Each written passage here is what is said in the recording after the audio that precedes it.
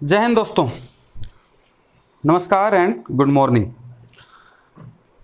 आज Indus Valley civilisation या सिंधु घाटी सभ्यता का सेशन है। आज इसको स्टार्ट करना था। पिछली जो क्लास थी उसमें हम लोगों ने इंडस वैली सिविलाइजेशन और वैदिक कल्चर के बीच में जो डिफरेंसेस थे उनको डिस्कस किया था। आज की क्लास में हम लोग इंडस वैली सिविलाइजेशन को डिस्कस करेंगे। ठीक, तो सिंधु घाटी सभ्यता ये इसका बड़ा प्रसिद्ध नाम है। सिंधु घाटी सभ्यता भी कहते हैं इसे, या इसे इंडस वैली सिविलाइजेशन भी कहते हैं। कहीं कहीं पर आप इसको हड़प्पा सभ्यता भी कहते हैं। ठीक, कई बार इसे हम सिंधु घाटी सभ्यता या Indus Valley civilization, Harappan civilization, Saraswati सभ्यता, प्रथम नगरीय क्रांति, बृहत्तर सिंधु सभ्यता, ऐसे करके बहुत सारे नाम हैं इसके। इसका प्रोमिनेंट नेम क्या है आर्कियोलॉजी के अनुसार, ये भी जानना जरूरी है। तो फिलहाल अभी दो नामों से काम चला रहे हैं, सिंधु घाटी सभ्यता या हड़प्पा सभ्यता। इसका वास्तविक नेम क्या होना चाहिए आर्कियोलॉजी के अनुसार या पुरातत्व के अनुसार, उसे अभी थोड़ी देर में डिस्कस करते हैं। तो इसमें हम लोगों को फाइनली पढ़ना क्या है, इस बात को पहले हम लोग डिस्कस कर लेते हैं। तो सिंधु घाटी सभ्यता के अंतर्गत हम लोगों को पढ़ना है निर्माता, यानी कि सिंधु घाटी सभ्यता का निर्माण करने वाले लोग कौन थे। तो इनको जानना है। जैसे मैं थोड़ी देर के लिए भी बता दूं तो बहुत सारे आर्कियोलॉजिस्ट हैं, बहुत सारे हिस्टोरियंस हैं, सभी लोग अपनी अलग अलग आइडियोलॉजी के तहत अलग अलग लोगों को बताते हैं। जैसे कुछ लोगों के अगर आप नाम सुनेंगे तो एक व्यक्ति का नाम मिलेगा आपको, बीबी लाल। बीबी लाल का नाम सुने होंगे आप। ये इंडस कालीबंगा के उत्खनन कार्य में इनका बड़ा योगदान है और 1921 में इनका जन्म हुआ था झांसी में, अगर आप जानते हो इनको।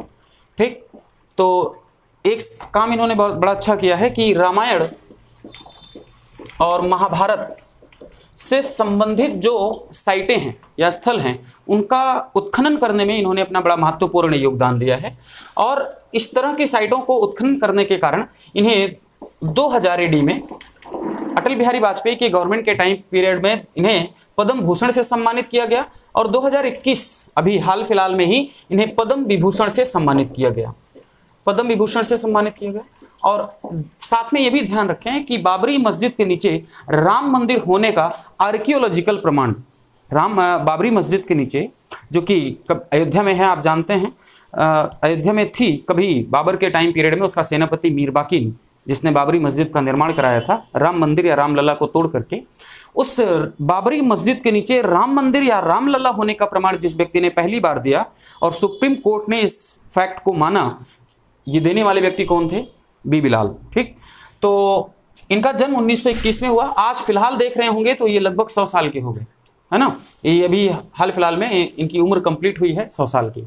तो निर्माता में अगर आप देखेंगे तो बीबी लाल जी बोलते हैं कि जो सिंधु घाटी सभ्यता के लोग हैं वो इंडस वैली सिविलाइजेशन या ऋग्वैदिक जो आर्य थे ये दोनों एक ही हैं।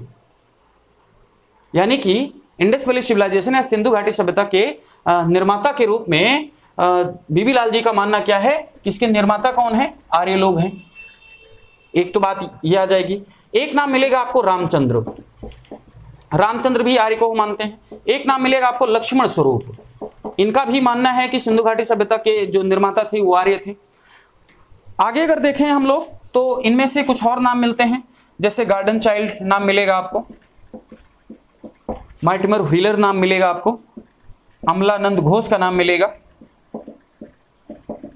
जिन्होंने सोथी संस्कृति, कालीबंगा जो बीकानेर, जो सोथी संस्कृति बीकानेर के आसपास है, अमलानंद घोष जी का कहना है कि सोथी संस्कृति से ही डेवलप होकर के सिंधु घाटी सभ्यता का निर्माण हुआ है।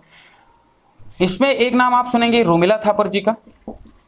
रोमिला थापर एक मार्क्सवादी हिस्टोरियन है, जेएनयू में पहले प्रोफेसर हुआ करती थी, फिलहाल नहीं है। तो रोमिला थापर जी का नाम आएगा सामने। इन लोगों ने अपने अलग अलग नाम दिए हैं। कुछ हिस्टोरियन है जिन्होंने मेसोपोटामिया को माना है। किसको माना है? मेसोपोटामिया या सुमेरिया की सभ्यता को माना है।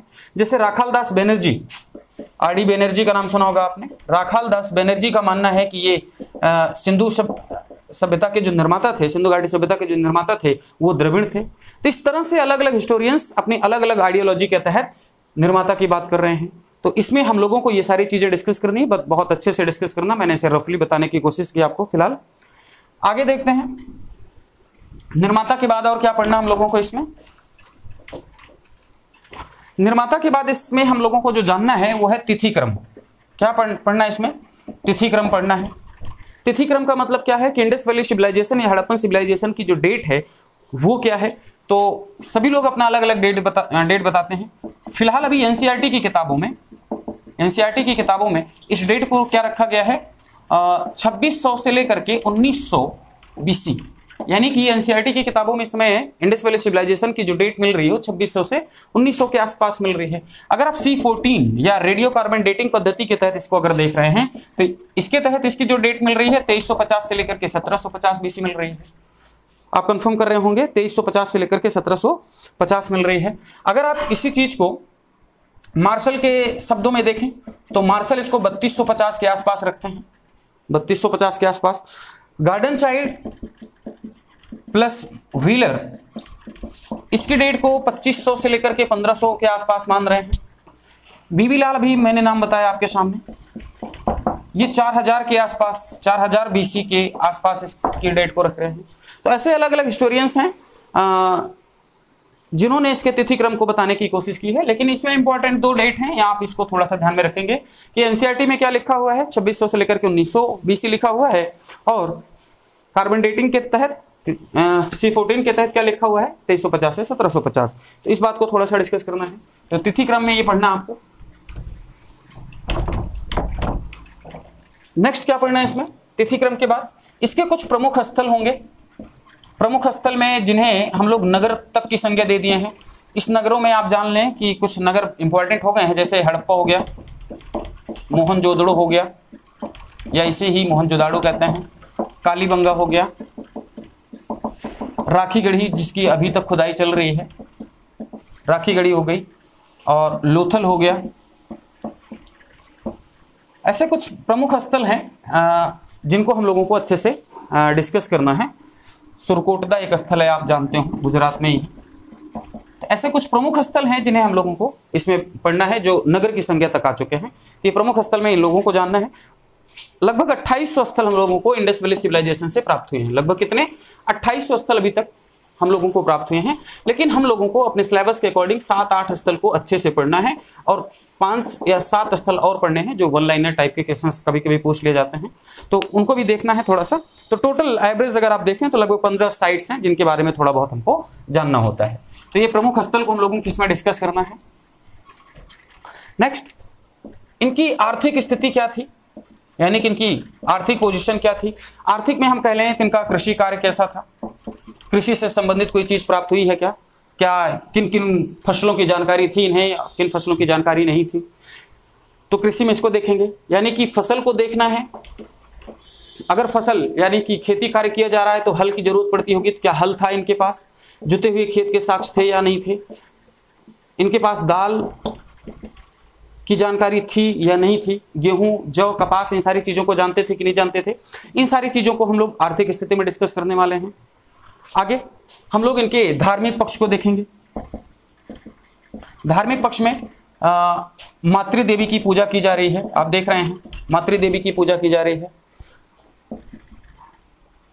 एक महिला की मूर्ति मिली है, एक महिला की मूर्ति मिल रही है, जिसके गर्भ से एक पौधा निकलता हुआ दिखाई दे रहा है ना। उसे पृथ्वी देवी की संज्ञा दी गई है, इसको हम देखने की कोशिश करेंगे। एक पशुपति की मूर्ति मिल रही है, पशुपति की मूर्ति मिल रही है, जैसे नटराज, जैसे आप नटराज कह लें, आदेशिव कह दें। मिली ये मूर्ति मोहनजोदाड़ो से, किसको मिली थी, अर्नेस्ट मैके साहब को, लेकिन इसका नाम पशुपति या आदेशिव देने का नाम मार्शल ने किया है। इसको हम लोग देखने की कोशिश करेंगे कि पशुपति की मूर्ति क्या है। आप जानते हैं कि पहली बार पूरे भारतीय इतिहास में किसी मानव की जो पहली पूजा की गई वो बुद्ध थे, लेकिन मूर्ति पूजा का बहुत हद तक प्रमाण हमारे सामने यहाँ पर भी दिखाई देता है। इसको भी हम डिस्कस करने की कोशिश करेंगे। इनका सांस्कृतिक जो पक्ष है, सांस्कृतिक पक्ष को आज तक डिसाइफर नहीं किया जा सका, लेकिन फिर भी थोड़ा बहुत जो पॉसिबल हो जाएगा उसको डिस्कस करने की कोशिश करेंगे। इनके राजनैतिक पक्ष को देखने की कोशिश करेंगे। राजनैतिक पक्ष मतलब इनका राज्य का संचालन कैसे होता था, कौन करता था। अभी तक फाइनल कुछ क्लियर नहीं हुआ है, लेकिन एक हाइपोथेटिकल या कयास के बेस पर हम लोग इसको डिस्कस करने की कोशिश करेंगे। तो इन चारों पक्षों को भी देखना है, आर्थिक, धार्मिक, सांस्कृतिक और राजनीतिक पक्षों को भी देखना है। इसके बाद हम लोगों को इसमें और कुछ अगर जानना है तो ये कि इनके सामने जो समकालीन सभ्यताएं थी, समकालीन सभ्यताओं में अगर आप देखें तो समकालीन सभ्यताओं में एक सुमेरिया की सभ्यता है, जिसे ही आप मेसोपोटामिया कह सकते हैं, मेसोपोटामिया की सभ्यता कह सकते हैं, मिस्र की सभ्यता कह सकते हैं, है ना। ये दजला और फरात नदी के किनारे है, टिग्रिस यूफ्रेटस जिसे कहते हैं हम लोग, ये नील नदी के किनारे है। ये दुनिया की सबसे लंबी नदी मानी जाती है जो कि मिस्र में है। इसको डिस्कस करना है, यानी कि इनकी समकालीन सभ्यताओं के बारे में जानना हम लोगों को, इनकी समकालीन सभ्यताएं कैसी थी, एक तो ये हम लोगों को जानना है, और एक साथ में इनकी कुछ विशेषताओं को जानना है। विशेषताओं को जानने का मतलब क्या है कि इनका नगर नियोजन कैसा था, नगर नियोजन यानी कि टाउन प्लानिंग कैसी थी इनकी, ये जानना है।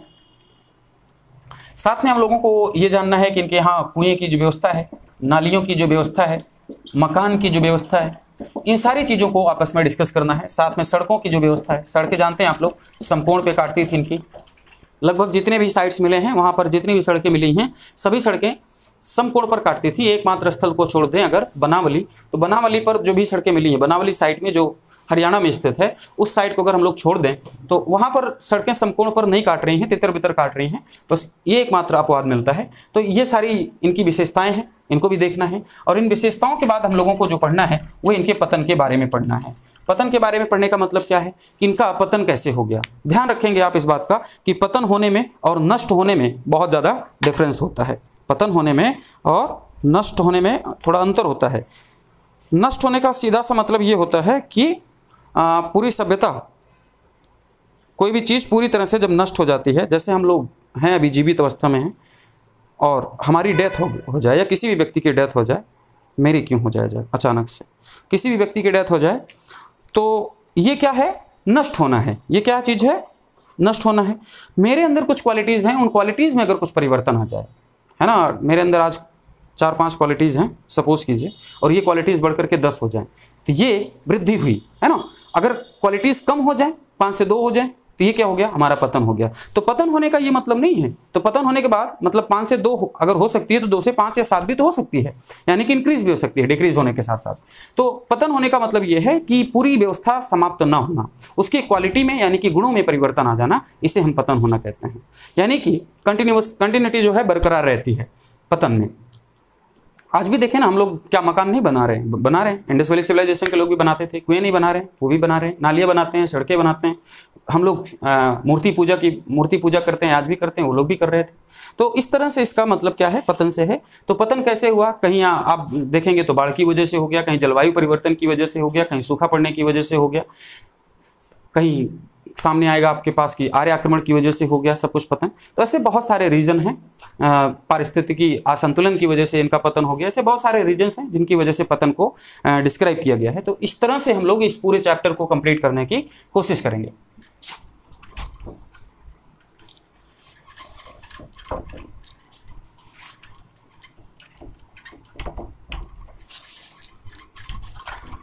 इसमें हम लोग जो पहले पढ़ने वाले हैं, पहले तो इसमें हम ये जान लेते हैं सिंधु घाटी सभ्यता या हड़प्पा सभ्यता। ठीक, इसमें मैंने बताया अभी आपको कि इसके बहुत सारे नाम हैं, और इन नामों में जो वास्तविक नेम या प्रोमिनेंट नेम होना चाहिए वो क्या है। तो पहला नाम क्या मिला है, सिंधु घाटी सभ्यता, और दूसरा नाम क्या मैं बता रहा हूँ आपको, हड़प्पा सभ्यता। सिंधु घाटी सभ्यता क्यों, तो शुरुआत में जब पहली बार इसकी खोज की गई 1921 में, तो 1921 के बाद लगभग जो भी स्थल भारत में मिल रहे थे वो सभी स्थल जो थे वो सिंधु नदी के किनारे मिल रहे थे। इसी सिंधु को हम लोग इंडस के नाम से भी जानते हैं, और इसी इंडस से एक शब्द निकला है जिसे हम लोग इंडिया कहते हैं। ये भी ध्यान देंगे आप लोग। तो प्रत्येक स्थल उस समय किस नदी के किनारे मिल रहे थे, किस घाटी के किनारे, तो सिंधु नदी घाटी के किनारे मिल रहे थे। इस वजह से सर जॉन मार्शल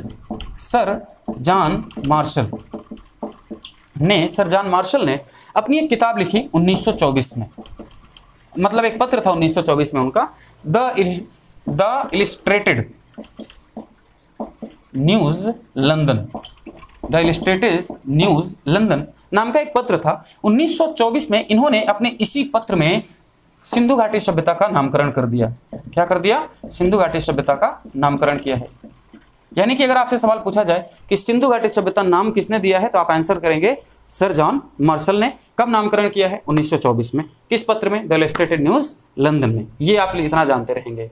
तो सिंधु घाटी सभ्यता नाम देने के पीछे कारण ये था। लेकिन यहाँ थोड़ा सा ध्यान रखेंगे आप कि मार्शल ने ही, जॉन मार्शल ने ही यहाँ पर एक घोषणा और की थी कि अगर भविष्य में सिंधु नदी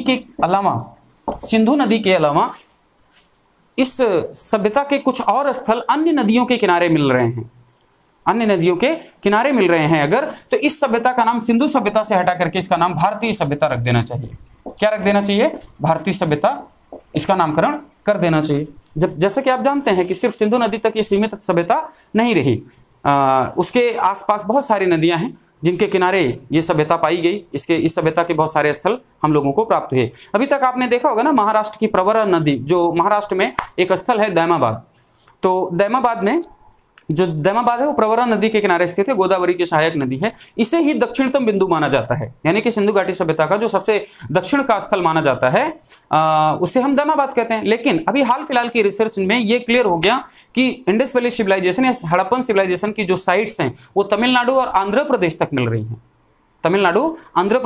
रही हैं। लेकिन अभी तक आप इतना कंफर्म करें कि अगर आपसे पूछ लिया जाए कि सबसे दक्षिणी स्थल जो है वो कौन सा है, तो आप दैमाबाद ही भी आंसर करके आएंगे। रिसर्च चल रही है, उससे संबंधित साक्ष्य मिल रहे हैं हम लोगों को तमिलनाडु और आंध्र प्रदेश तक। तो ये बात शायद समझ में आ गई होगी कि इसका नाम सिंधु घाटी सभ्यता क्यों किया गया होगा। दूसरा नाम देखें, इसे हम सरस्वती सभ्यता के नाम से भी जानते हैं। किस नाम से? सरस्वती सभ्यता के नाम से भी जानते हैं। सरस्वती सभ्यता नाम इसको क्यों दिया गया? भारत के राष्ट्रवादी इतिहासकारों के द्वारा इसे हम लोग सरस्वती सभ्यता के नाम से जानते हैं, क्योंकि बाद में जब रिसर्च हुई, आज वर्तमान में पूरी जो इंडस वैली सिविलाइजेशन की साइट है वो 80% साइट जो मिली है वो सरस्वती नदी के किनारे आसपास मिली। इस वजह से इसे हम लोगों ने, यानी कि भारत के राष्ट्रवादी इतिहासकारों के द्वारा इसे सरस्वती सभ्यता के नाम से भी जाना जाता है। आप जानते हैं इस बात को कि मार्क्सवादी इतिहासकारों के द्वारा सरस्वती नाम की जो नदी है भारत में, जो आज भी बह रही है, इंटरनल प्रवाह है उसका, उस नदी को एक काल्पनिक नदी के तौर पर देखा है मार्क्सवादी इतिहासकारों के द्वारा। लेकिन नासा ने इस बात को फाइनली रिसर्च करके बताया कि नहीं, ये काल्पनिक नदी नहीं है, आज भी ये नदी प्रवाहित है और इंटरनल प्रवाह जारी है इसका। किसका? सरस्वती नदी का। इस वजह से इतने सारे स्थल सरस्वती नदी के किनारे मिले, इस वजह से इसे हम लोगों ने सरस्वती नदी या सरस्वती घाटी की सभ्यता भी कहना स्टार्ट किया। जैसे कालीबंगा को देखेंगे तो वो घग्गर कहा जाता है, लेकिन इसी से संबंधित है, वो सरस्वती घाटी से ही संबंधित या सरस्वती नदी से ही संबंधित है। कौन सा? घग्गर नदी। घग्गर नदी इसलिए क्योंकि ऐसा बोला जाता है घर घर बहती है, इसलिए घग्गर नदी के नाम से। अब ये दो नामकरण हो गए आपके सामने। तीसरा नामकरण इसका है, इसे हम लोग कांस्य युगीन सभ्यता के नाम से भी जानते हैं। किस नाम से? कांस्य युगीन सभ्यता के नाम से भी जानते हैं। कांस्य युगीन सभ्यता जिसे ब्रॉन्ज कहते हैं। अगर हम तांबे में टिन को मिला देते हैं तो क्या बन जाता है? कांस्य धातु बन जाती है। तो यहां के लोगों ने कांस्य धातु का उपयोग किया, है ना, कांस्य धातु का उपयोग किया। इस वजह से ऐसी सभ्यता को, यानी कि सभ्यता को हम लोगों ने कांस्ययुगीन सभ्यता भी कहा। इसे हम लोग प्रथम नगरीय क्रांति भी कहते हैं। अब जहां पर एक बात ध्यान से समझेंगे, ये है प्रथम, ये है नगरीय, ये है क्रांति, और इन तीनों शब्दों का अपना अलग अलग मतलब है। इनको जानना भी थोड़ा सा जरूरी हो जाता है। जहां पर प्रथम लिखा होगा इसका मतलब द्वितीय जरूर हुआ होगा। ठीक, तो नगरीय क्या है? मैंने आपको बताया था, गॉर्डन चाइल्ड साहब ने अपनी किताब द अर्बन रेवोल्यूशन में, जो कि 1950 के दशक में लिखी गई, उस किताब में एक नगर होने के 10 लक्षण बताए थे। किसने बताए थे ये 10 लक्षण? तो गॉर्डन चाइल्ड साहब ने अपनी किताब द अर्बन रेवोल्यूशन में। तो वो 10 लक्षण मैंने बता दिए थे कि किसी प्लेस के नगर होने के क्या लक्षण होने चाहिए। क्रांति, जिसे हम आप रेवोल्यूशन के नाम से जानते हैं, और इसी क्रांति से शब्द जुड़ा हुआ है जिसका नाम है आंदोलन, यानी कि मूवमेंट। दो शब्द जुड़े हैं, क्रांति और आंदोलन। क्रांति किसे कहते हैं या आंदोलन किसे कहते हैं? जैसे आप पढ़ रहे होंगे 1857 को, कभी आप लोगों ने आंदोलन नहीं कहा कि 1857 का आंदोलन हो गया, या 1857 को सिर्फ क्या नाम देते हैं हम लोग? क्रांति नाम देते हैं ना। 1857 की क्रांति हुई, न कि 1857 में आंदोलन हुआ। भक्ति आंदोलन हुआ है, पुनर्जागरण आंदोलन हुआ है ना। तो क्रांति किसे कहते हैं हम लोग, इस बात को थोड़ा सा जान लें। क्रांति, जिसे हम लोग इंग्लिश में रेवोल्यूशन के नाम से जानते हैं, इस क्रांति का मतलब होता है कम समय में आमूलचूल परिवर्तन हो जाए, कम समय में आमूलचूल परिवर्तन अगर हो रहा है, यानी कि पूरी तरह से परिवर्तन हो रहा है, तो ऐसी घटना को हम लोग क्या बोलते हैं? क्रांति कहते हैं। यानी कि बहुत कम समय में, एक लिमिटेड टाइम में पूरी व्यवस्था का चेंज हो जाना, यानी कि पूरा परिवर्तन हो जाना, ऐसी घटना क्या कहलाएगी? क्रांति कहलाएगी। जैसे 1856 में गवर्नमेंट किसकी हुआ करती थी भारत में? तो कंपनी की। 1857 में आप जानते हैं बगावत हो गई, और जस्ट 1858 में कंपनी का शासन समाप्त करके क्राउन का शासन भारत में लागू कर दिया गया। ये पूरा का पूरा सत्ता परिवर्तन नहीं हो गया, मात्र 1 साल के अंतर्गत ही। तो 1856 में सरकार थी भारत में किसकी?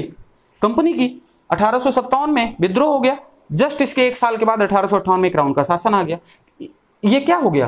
क्रांति हो गई। यानी कि थोड़े टाइम में, बहुत कम समय में पूरी की पूरी सत्ता चेंज हो जाती है जब, तो ऐसी स्थिति को हम लोग क्या कहते हैं? क्रांति कहते हैं।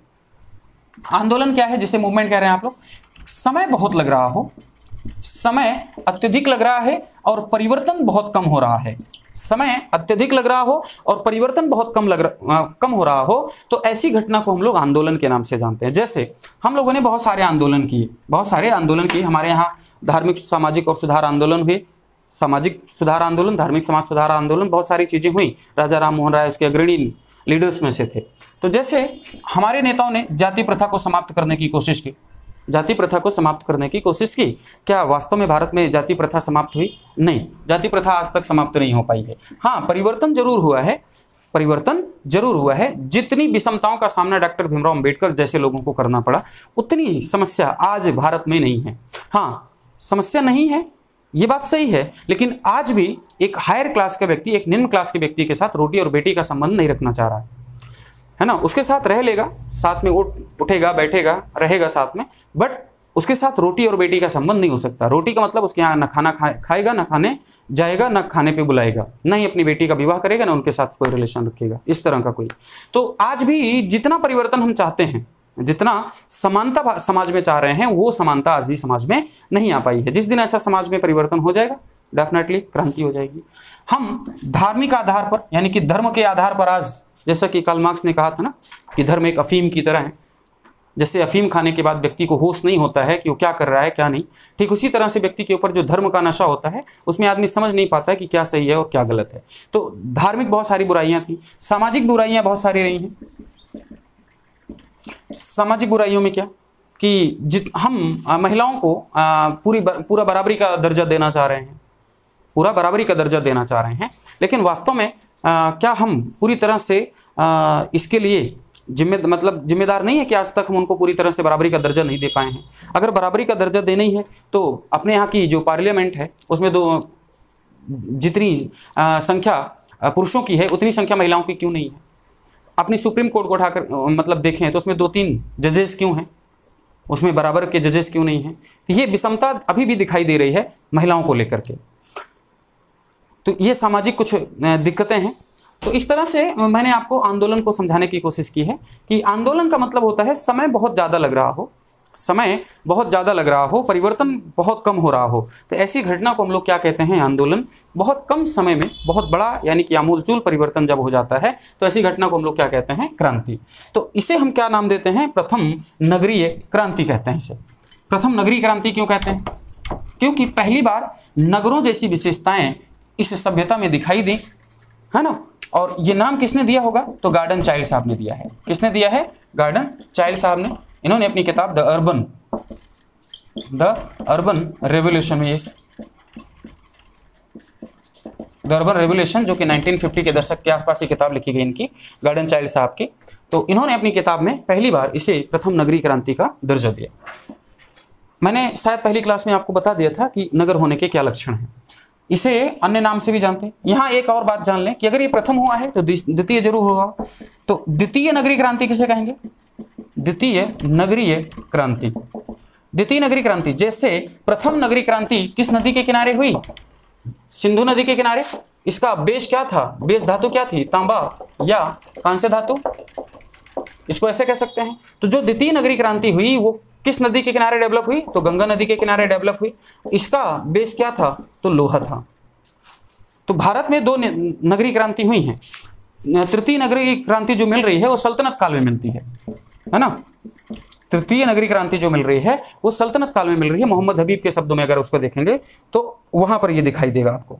तो प्रथम नगरीय क्रांति कब हुई? इंडस वैली सिविलाइजेशन में। द्वितीय नगरीय क्रांति कब हुई? ये 500 BC के अराउंड हुआ है। कब हुआ है? 500 BC के अराउंड, यानी कि गौतम बुद्धा के टाइम पीरियड के आसपास, जब महाजनपद काल चल रहा है। तो द्वितीय नगरीय क्रांति गंगा नदी के किनारे, लोहा इसका बेस धातु है। तृतीय नगरीय क्रांति जो हुई है वो सल्तनत टाइम पीरियड में हुई है, मोहम्मद हबीब ऐसा बोलते हैं। तो इस तरह से इसे हम प्रथम नगरीय क्रांति के नाम से भी जानते हैं।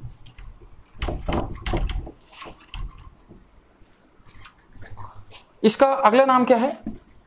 बृहत्तर सिंधु सभ्यता। बृहत्तर सिंधु सभ्यता भी इसको कहते हैं, बृहत्तर सिंधु सभ्यता। AR मुगल साहब ने इसका ये नाम दिया है, AR मुगल जी ने इसका नाम दिया है। नेक्स्ट नाम इसका हड़प्पा सभ्यता, जो कि सबसे प्रोमिनेंट नेम है, हड़प्पा सभ्यता। हड़प्पा सभ्यता ये सबसे वास्तविक नेम है इसका, यही इसका वास्तविक नेम है, इसी नाम से इसको जाना जाना चाहिए। आर्कियोलॉजी की भाषा में देखें या पुरातत्व की भाषा में देखें तो उसने आर्कियोलॉजी में या पुरातत्व में एक नियम है कि जब इस तरह से बहुत सारा डिस्प्यूट या विवाद हो जाए नाम को लेकर के, तो पुरातत्व ने एक नियम बना रखा है। वो नियम क्या है कि ऐसी स्थिति में अगर कोई सभ्यता जिसके नाम को लेकर के विवाद चल रहा है, तो उस सभ्यता से संबंधित जो पहला स्थल है, उस सभ्यता से संबंधित जो पहला स्थल है, यानी कि जिसकी पहली बार खुदाई की गई है, उसी नाम के आधार पर पूरी सभ्यता का नामकरण कर देना चाहिए। तो आप जानते हैं 1921 में जो पहला स्थल इस सभ्यता का खोजा गया वो था हड़प्पा। वह स्थल कौन सा था? हड़प्पा। इस वजह से आर्कियोलॉजी की परिभाषा के अनुसार इस सभ्यता का वास्तविक नेम क्या हो जाना चाहिए? तो इसका नाम हड़प्पा सभ्यता कर देना चाहिए। तो हमें लगता है कि ये जो इसके नाम थे उस नाम को लेकर के मैंने क्लियर किया है कि क्या चीजें थी क्या नहीं। इसके इतने सारे नाम हैं, लेकिन इन नामों में जो सबसे ठीक नाम है वो क्या है? हड़प्पा सभ्यता है। आगे देखते हैं हम लोग, जो दूसरा पॉइंट है हम लोग इसको तिथि क्रम में इसको देख लेते हैं कि इसका तिथि क्रम क्या है, यानी कि इसकी टाइमिंग क्या है। तो तिथि क्रम में अगर आप, मैंने बताया कि अगर एनसीईआरटी की किताबों को उठा करके देखें, एनसीईआरटी की किताबों को उठा करके देखें, उसमें इसकी जो तारीख मिलती है वह है 2600 से लेकर के 1900 BC एनसीईआरटी की किताबों में। नेक्स्ट, अगर C14 या रेडियो कार्बन विधि, रेडियो कार्बन पद्धति,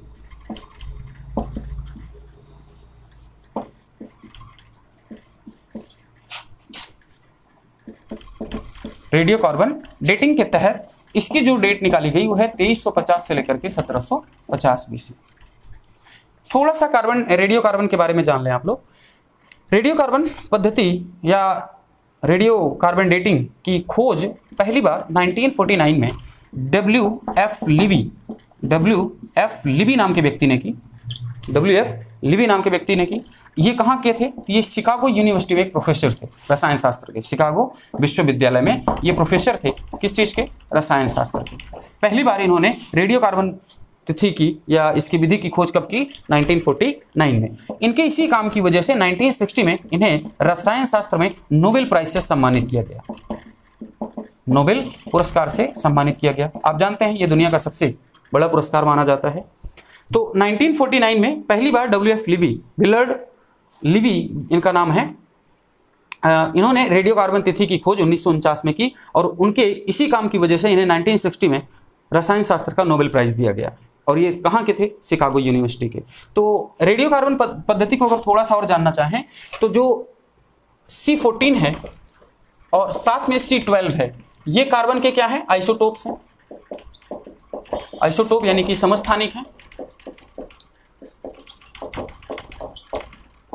C12 और C14।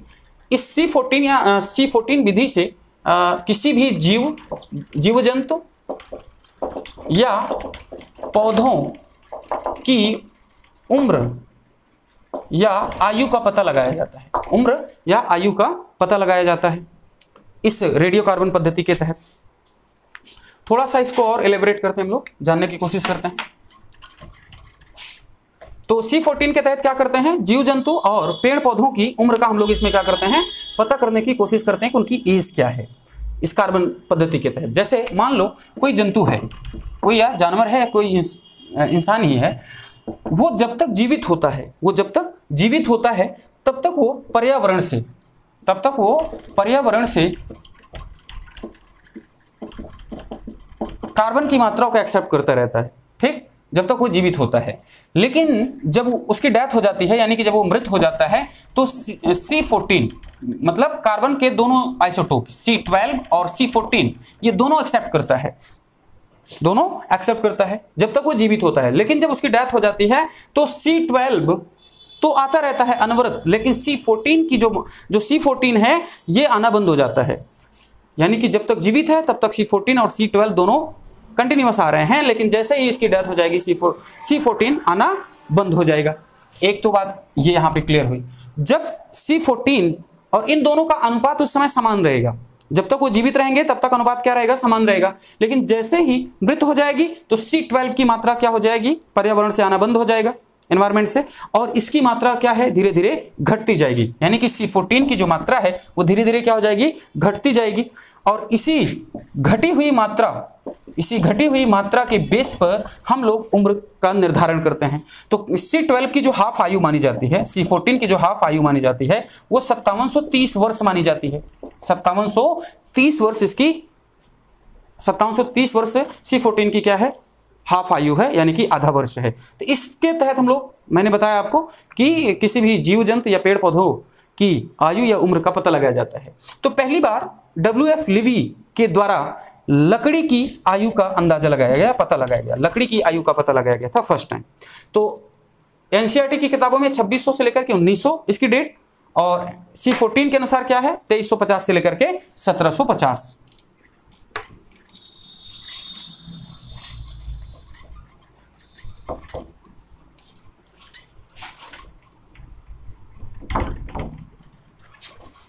एक और व्यक्ति हैं, उनका नाम ले लें हम लोग, बीबी लाल। बीबी लाल के बारे में अभी जस्ट मैंने बताया आपको। बीबी लाल जी ने इसकी जो डेट बताई है वो 4000 BC के आसपास बताई है। 4000 BC क्यों? क्योंकि इन्होंने ऐत्रेय ब्राह्मण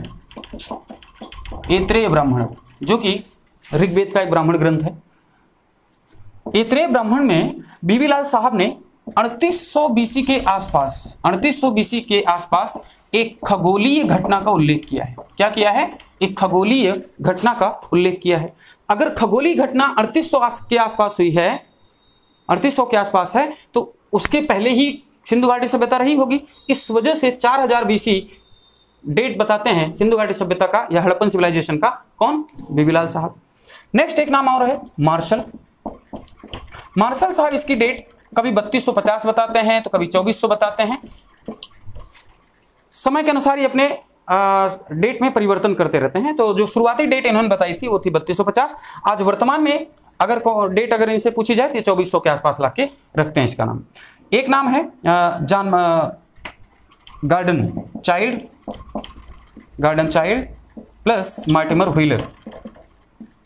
इन लोगों का मानना है कि इसकी जो डेट है वो है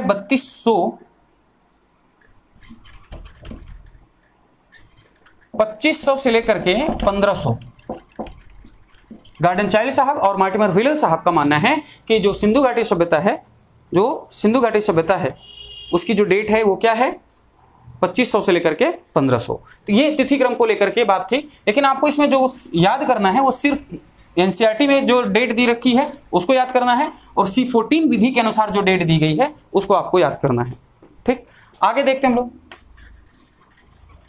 तो इसका थोड़ा सा बैकग्राउंड यानी कि थोड़ी सी भूमिका जान लेने की कोशिश करते हैं कि इसकी भूमिका क्या है। पहली बार हम लोगों को हड़प्पन सिविलाइजेशन के बारे में जो जानकारी मिली वो है 1826।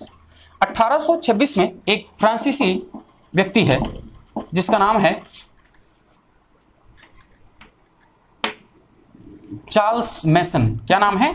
चार्ल्स मैसन। एक फ्रांसीसी व्यक्ति हैं चार्ल्स मैसन। ये पंजाब जा रहे थे। कहाँ जा रहे थे? पंजाब जा रहे थे महाराजा रणजीत सिंह के दरबार में। वहां पर पहली बार, मतलब जब जाने के क्रम में इन्हें पहली बार हड़प्पन सिविलाइजेशन से संबंधित कुछ तथ्य नजर आए। इन्होंने सामने रखने की कोशिश की, बट लेकिन इनकी बातों से लोगों ने रिजेक्शन किया, यानी कि मानने से इनकार कर दिया। वहीं पर यह बात समाप्त हो गई। नेक्स्ट बात आई 1856। आप जानते हैं कि इस समय तक रेलवे लाइन का विकास हो चुका था भारत में। 1856 में दो भाई थे जिन्हें हम लोग ब्रंटन बंधु के नाम से जानते हैं। ब्रंटन बंधु के नाम से जानते हैं। एक का नाम था जॉन ब्रंटन और एक का नाम था विलियम ब्रंटन। इन दोनों भाइयों को कराची से लाहौर तक रेल की पटरियां बिछाने का काम दिया गया था। आप जानते हैं पहले कराची पाकिस्तान की राजधानी हुआ करती थी, आज नहीं है। तो कराची से लेकर के लाहौर तक इन दोनों भाइयों को रेल की पटरियां बिछाने का काम दिया गया था और ये अपना वही काम कर रहे थे।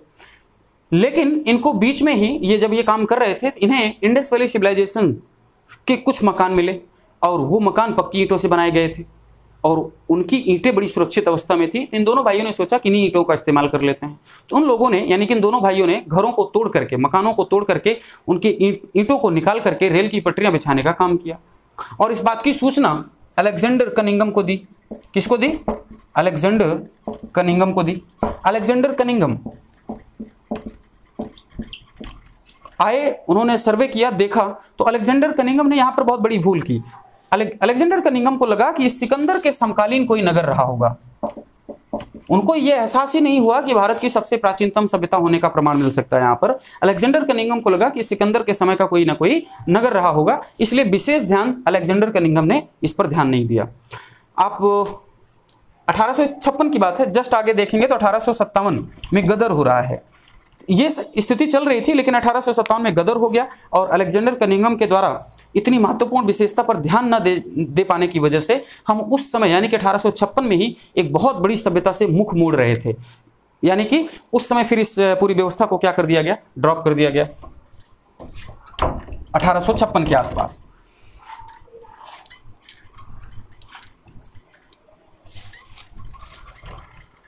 बाद में 1921 का समय आया और 1921 के समय में जॉन मार्शल ने दयाराम